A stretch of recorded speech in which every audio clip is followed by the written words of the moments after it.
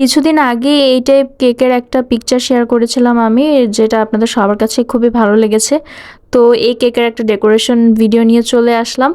তো এটা কিন্তু আরেকটা কালারের মধ্যে ছিল, বাট যদিও দুইটা কালারই সেম লাগছিল, ক্যামেরায় কেন জানি এই হালকা লাইট ল্যাভেন্ডার বা পার্পল কালারটা একদমই বোঝা যাচ্ছিল না, ব্লু কালার মনে হচ্ছিল।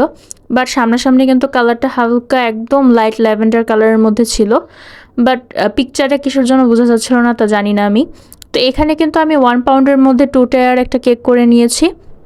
ছোটোটা হচ্ছে আমি আগে ক্রাম কোটিং করে আদার্স কাজ করে ফ্রিজে সেট হতে রেখে দিয়েছিলাম। তো তারপর হচ্ছে আমি এই তো বসিয়ে নিয়েছি। এরপর হচ্ছে ফন্ডেন্টের যে কাজগুলো সেগুলো করে নিচ্ছি। এই ফন্ডেন্টগুলো আমি আগে বানিয়ে রেখে দিয়েছিলাম, জাস্ট এখন প্লেস করে দিচ্ছি। তো এই টাইপের কেকের ডেকোরেশন আইডিয়াটা হচ্ছে আমি পিন্টারেস্ট থেকে পেয়েছিলাম, তো ওইটার সাথে হচ্ছে মিসম্যাচ করে কিছু কাস্টমাইজ করে ডেকোরেশনটা করেছি।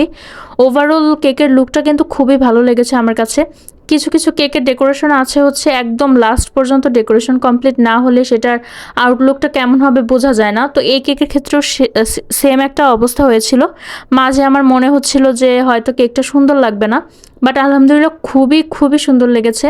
তো আগের যে কেকের ডেকোরেশনটা ছিল সেটার চেয়ে একটু কাস্টমাইজ করেছি এটাই। আপু চেয়েছিল যে ওইটার সেম ডিজাইন রেখে আরেকটু কালারটা ডিফারেন্ট করতে, বাট প্রথমে কেকটা একটু সমস্যা হয়ে গিয়েছিল। আপু যেহেতু সেম ডিজাইন করতে বলেছিল, আমি মনে করেছিলাম সেম কালারই বলেছিল।